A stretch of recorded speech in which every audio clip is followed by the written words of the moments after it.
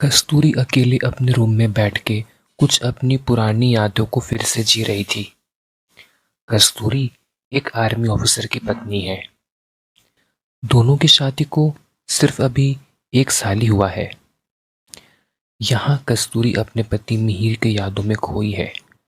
अपनी वो प्यार की पहली चिट्ठी और उसके बाद हर एक दिन एक नया लव लेटर्स की बारिश। अपनी शादी की एल्बम और उन फोटोज में कुछ हंसाने और रुला देने वाली यादें। इन सब को देखकर कस्तूरी कभी हंसती है तो कभी रोने लगती है। मिहिर एक किसान के पुत्र थे जो अपने गांव में बड़ी खुशियों के साथ बड़े हुए थे। उनके लिए देश की सेवा करने का सपना हमेशा से उनके दिल में बसा था। बचपन से ही वो सिपाही बनने के लिए तैयार थे और उनकी मेहनत, संघर्ष और समर्पण ने उन्हें उनके लक्ष्य की ओर बढ़ते देखा।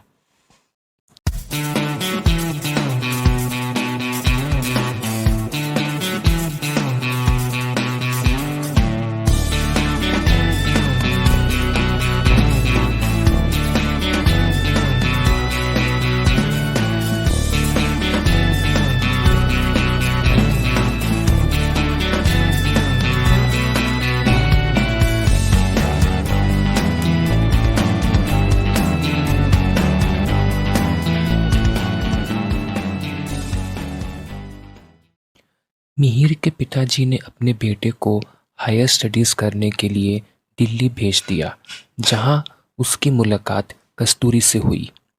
कस्तूरी एक सुंदर और साहसी लड़की थी। उसका सपना था कि वो डॉक्टर बने।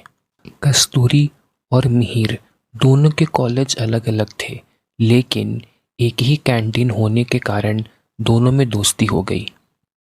मिहिर ने कहा, मुझे मेरे कॉलेज में कोई पसंद नहीं करता क्योंकि मैं गांव का हूं ना। तुम्हें तो सब पसंद करते हैं क्योंकि तुम यहाँ की एक अमीर बिजनेसमैन की बेटी हो। इस पर कस्तूरी ने कहा, तो क्या हो गया, गांव के लोग इंसान नहीं होते क्या? और तुम्हारे पापा तो किसान हैं, उनके लिए तो मेरे दिल में और भी ज़्यादा रिस्पेक्ट है।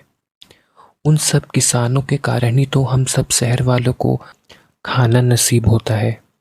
और तुम्हें तो जवान बनना ही है, तो हो गया ना, जय जवान जय किसान। और हाँ, अगर कोई फिर से तुम्हें परेशान करे तो बोल देना कि तुम मेरे बाप का खाते हो और मैं नहीं। इसीलिए ज़रा तमीज से बात करो। लेकिन कैसे? कस्तूरी ने हंसते हुए जवाब दिया, क्योंकि तुम्हारे पापा किसान है ना। तुम्हारा मतलब मेरे बाबूजी? हाँ जी। ऐसे ही समय गुजरता चला गया और दोनों को बातों बातों में ही कब एक दूसरे से प्यार हो गया ये पता ही नहीं चला। और आखिर वो दिन आ ही गया जब कॉलेज की वो लव स्टोरी अपने मुकाम को हासिल करने वाली थी।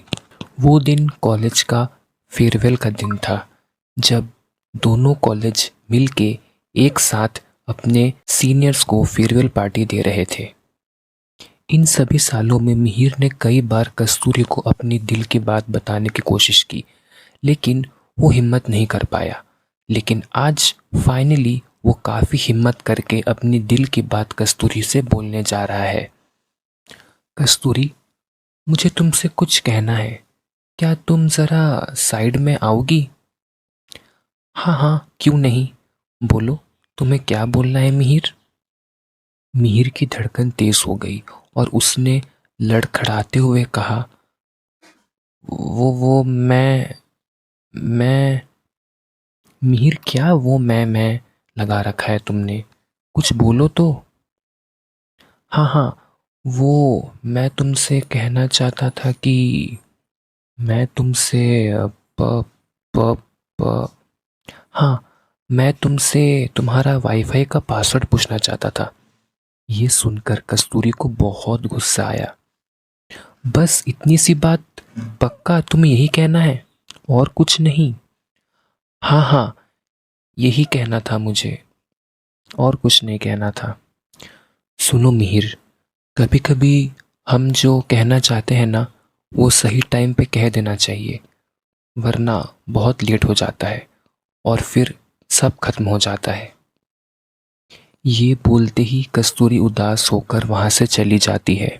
यहाँ कस्तूरी की बेस्ट फ्रेंड शालू की एंट्री होती है। अरे यार कस्तूरी, क्या मिहिर ने तुझसे अपने दिल की बात कही कि नहीं कही?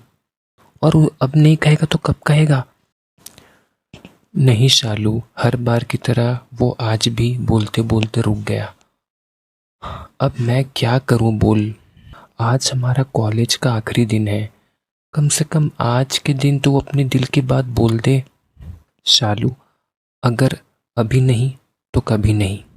अगर आज उसने अपने दिल की बात नहीं बोली ना, तो फिर क्या कस्तूरी?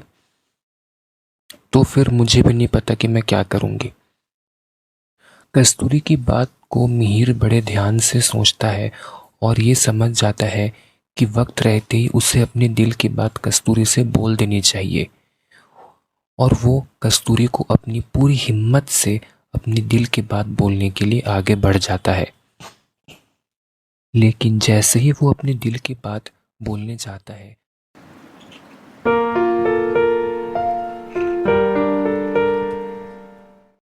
कस्तूरी की बात को मिहिर बड़े ध्यान से सोचता है और ये समझ जाता है कि वक्त रहते ही उसे अपने दिल की बात कस्तूरी से बोल देनी चाहिए। और वो कस्तूरी को अपनी पूरी हिम्मत से अपनी दिल की बात बोलने के लिए आगे बढ़ जाता है। लेकिन जैसे ही वो अपने दिल की बात बोलने जाता है, वैसे ही पार्टी में डांस शुरू हो जाता है और चारों तरफ शोर मच जाता है। कस्तूरी, ओ कस्तूरी, मिहिर चिल्ला के बोलता है, लेकिन कस्तूरी को मिहिर की बातें ठीक से सुनाई नहीं देती। तुम क्या बोल रहे हो? मुझे कुछ भी समझ में नहीं आ रहा है। कस्तूरी, मैं कब से तुमसे अपने दिल की बात बोलना चाहता था और लो आज बहुत हिम्मत के साथ बोलता हूँ कि आई लव यू। चारों तरफ शोर के कारण कस्तूरी को कुछ समझ में नहीं आ रहा था कि मिहिर आखिर बोलना क्या चाह रहा है। कस्तूरी ने कहा, जोर से बोलो मिहिर, मुझे कुछ सुनाई नहीं दे रहा है। मिहिर ने कहा, आई लव यू कस्तूरी। क्या कहा मिहिर? क्या यू? I love you. क्या यू? मिहिर ने अपनी पूरी ताकत लगा के पूरे जोर से कहा, आई लव यू कस्तूरी। और जैसे ही मिहिर ने ये कहा, वैसे ही म्यूजिक बंद हो गया और कस्तूरी के साथ साथ सभी लोगों ने ये बात सुन ली, जिसके कारण कस्तूरी शर्म से लाल हो गई। आई लव यू कस्तूरी, अब मैं अपने दिल की बात बोलने बिना एक पल भी नहीं रह सकता। हाँ, मैं एक गांव का लड़का हूँ, उतना ग्लैमर नहीं है मुझ में और कपड़े भी सिंपल ही पहनता हूँ और मेरे पापा भी किसान हैं और तुम इस शहर के अमीर बिजनेसमैन की बेटी हो। बट यार क्या करूँ, ये दिल है कि मानता ही नहीं और ना जाने ये कब से तुमसे प्यार कर बैठा है। तुम मेरे प्यार को एक्सेप्ट करो ना करो, लेकिन मुझे इस बात की खुशी रहेगी कि मैंने जो इतने सालों में अपने दिल की बात छुपा के रखी थी, आज फाइनली मैं उसे तुमसे बोल पाया। इस पर कस्तूरी ने कहा, अरे उस स्टूपिड, मैं कब से तुम्हारा वेट कर रही थी कि कब तुम आओगे और मुझसे ये बात कहोगे, लेकिन तुम हो बस अपनी बात बोलते बोलते रुक जाते थे। मुझे तो बहुत गुस्सा आता था। और हाँ, अगर आज तुम नहीं बोलते ना तो मैं खुद आकर तुमसे ये बात बोल देती। लेकिन मुझे खुशी है इस बात की कि तुमने आज आकर मुझसे वो बात बोली जो ना जाने मैं कब से सुनना चाहती थी। तुम्हें समझना चाहिए ना यार कि एक लड़की के लिए ये थोड़ा मुश्किल होता है अपने दिल की बात बोलना। हमें थोड़ी शर्म आती है, वरना मैं तो तुमसे कब के कह देती। मीर ने कहा, मतलब तुम भी मुझसे प्यार करती हो? कस्तूरी ने कहा, जी हाँ, I love you too Mihir. ये सुनते ही मिहिर की खुशी का ठिकाना नहीं था और वो खुशी से झूम उठा। कुछ दिन बाद कस्तूरी को मिहिर का कॉल आता है। कस्तूरी, पता है मैंने अपने माँ बाबूजी को हमारे बारे में बताया। वो बहुत खुश हुए और हमारा रिश्ता भी उन्होंने एक्सेप्ट कर लिया। तुम्हारे घर पे सबने क्या कहा? तुमने बताया क्या हमारे बारे में? ये सुनते कस्तूरी ने उदास होकर बोला कि मिहिर, इस रिश्ते के लिए पापा नहीं मान रहे हैं। ये बोल के कस्तूरी रोने लगी। बस कस्तूरी, मत रो। मैं समझ गया हूं कि तुम्हारे पापा क्यों नहीं मान रहे हैं। तुम्हें कुछ भी कहने की कोई ज़रूरत नहीं है। एक दिन मैं इतना काबिल बनकर आऊंगा कि तुम्हारे पापा तुम्हारा हाथ मेरे हाथ में ज़रूर देंगे। 3 साल बाद कस्तूरी ने अपना सपना पूरा किया और वो एक बहुत अच्छी डॉक्टर बनकर सबको ठीक कर रही होती है। तभी उसके सामने मिहिर आता है। कस्तूरी मिहिर को देखकर बहुत खुश हो जाती है। मिहिर बोलता है, कस्तूरी, मुझे ये देख के बहुत खुशी हुई कि तुमने अपना एक काबिल डॉक्टर बनने का सपना पूरा किया और मैंने भी अपना एक काबिल एयरफोर्स ऑफिसर बनने का सपना पूरा कर लिया। अब कस्तूरी के पापा को शादी से कोई प्रॉब्लम नहीं थी और आखिर कस्तूरी और मिहिर ने शादी कर ही ली। दोनों ने अपनी नई शादीशुदा जिंदगी को खूब एंजॉय किया और वो खूब घूमे फिरे और उन्होंने बहुत से जगह को देखा और कुछ क्वालिटी टाइम स्पेंड किया एक दूसरे के साथ।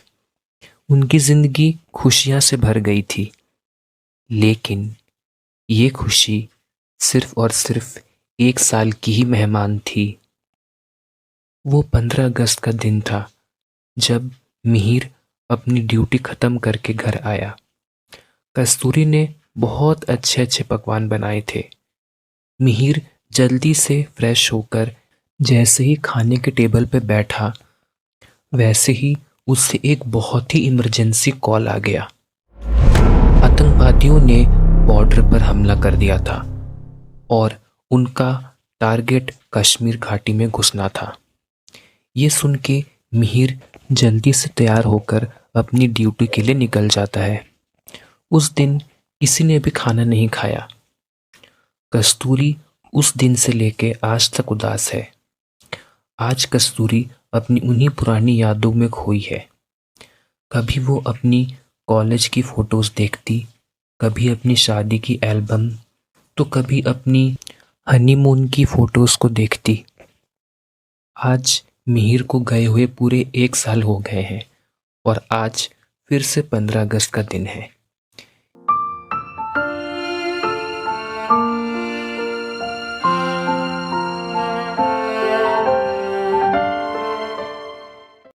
इन 1 सालों में कस्तूरी ने मिहिर को ना जाने कितने खत लिखे, लेकिन एक का भी जवाब कस्तूरी को नहीं मिला।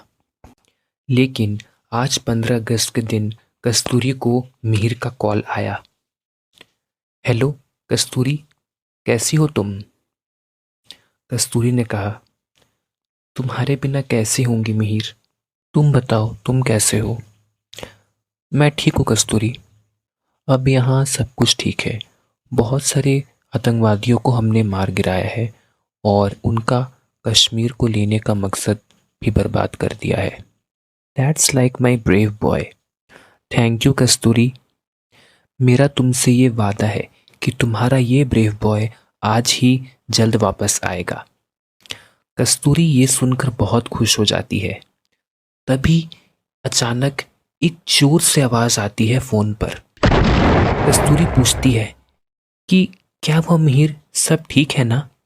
जिस पर मिहिर बोलता है कि लगता है कि उन आतंकवादियों ने फिर से हमला कर दिया है।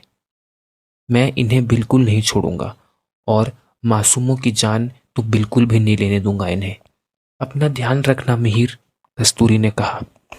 रात के करीब 9 बज रहे थे और फाइनली मिहिर अपने घर पहुंच गया और मिहिर को देखते ही कस्तूरी बहुत खुश हुई। आखिर दोनों पूरे 1 साल बाद आज फिर से मिले।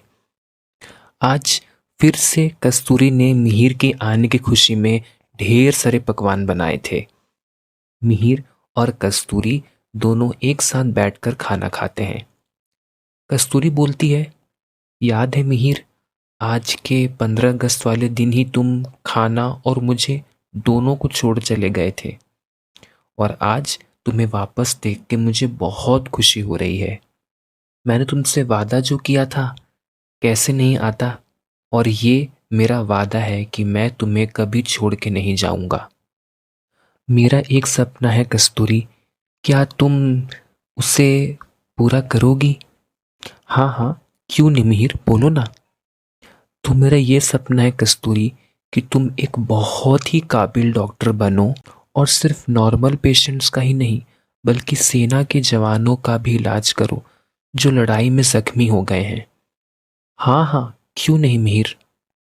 कस्तूरी, मुझे उस दिन शांति मिलेगी जब मैं तुम्हें बेस्ट डॉक्टर अवार्ड लेते देखूंगा और तुम्हारी बहुत बड़ी सक्सेस देखूंगा एज अ काबिल डॉक्टर। इस पे कस्तूरी ने कहा, हाँ मिहिर, मैं तुमसे ये वादा करती हूँ कि मैं तुम्हारा ये सपना ज़रूर पूरा करूँगी। और सुनो, मुझे तुम्हें एक बड़ी बात बतानी है, और वो बात ये है कि तुम पापा बनने वाले हो। ये बात सुन के मिहिर खुशी से नाचने लगता है।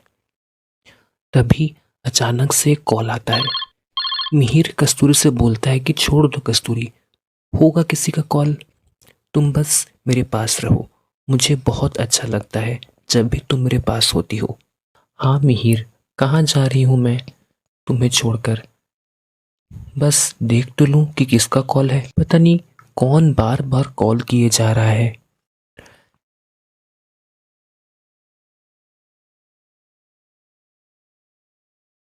हेलो, कस्तूरी स्पीकिंग। कौन है आप? मैडम, मैं हेड ऑफिसर बोल रहा हूँ। हाँ बोलिए।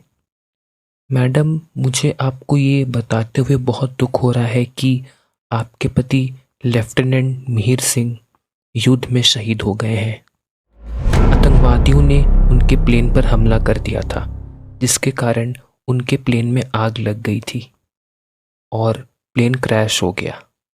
लेकिन उनकी वीरता को सलाम है हमारा। जाते जाते उन्होंने अपनी उसी आग लगे हुए प्लेन से उन आतंकवादियों को मार गिराया और अपना प्लेन उनके ही कैंप पर लैंड कर दिया, जिसके कारण सभी आतंकी मारे गए।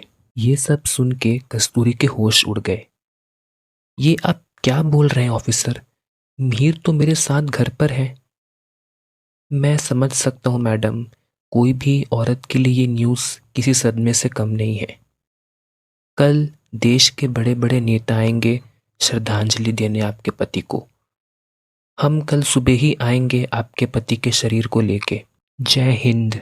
कस्तूरी के पैरों तले जमीन खिसक गई थी। वो समझ नहीं पा रही थी कि आखिर ये हो क्या रहा है। उसने फोन रखा और वो दौड़ के अपने रूम में गई, और वहां जो उसने देखा उसे देखकर उसके होश उड़ गए। उसने देखा कि मिहिर कहीं दूर दूर तक नहीं दिख रहा है। उसने पूरे घर में मिहिर को ढूंढा।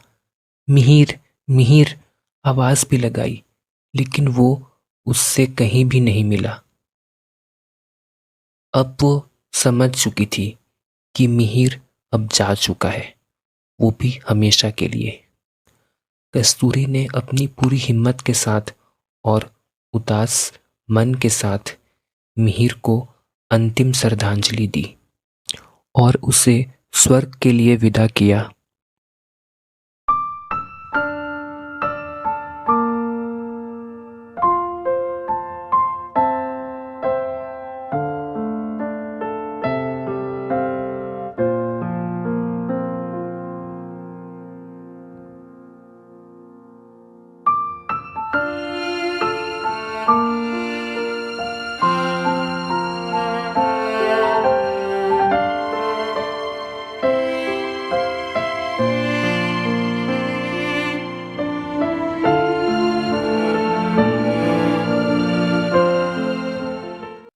तीन साल बाद कस्तूरी को मिहिर का वो आखिरी सपना याद था जिससे मिहिर ने उसके लिए देखा था। और आज वो दिन आ ही गया जब कस्तूरी को उसके काम के लिए सम्मानित किया जा रहा था, वो भी सरकार द्वारा। इन 3 सालों में कस्तूरी ने देश के जवानों की बहुत सेवा की और इलाज किया और बहुत को ठीक भी किया। यहाँ तक कि आर्मी कैंप जाकर भी और हॉस्पिटल में भी उन सभी का इलाज किया और बहुत सारे लोगों को ठीक भी किया।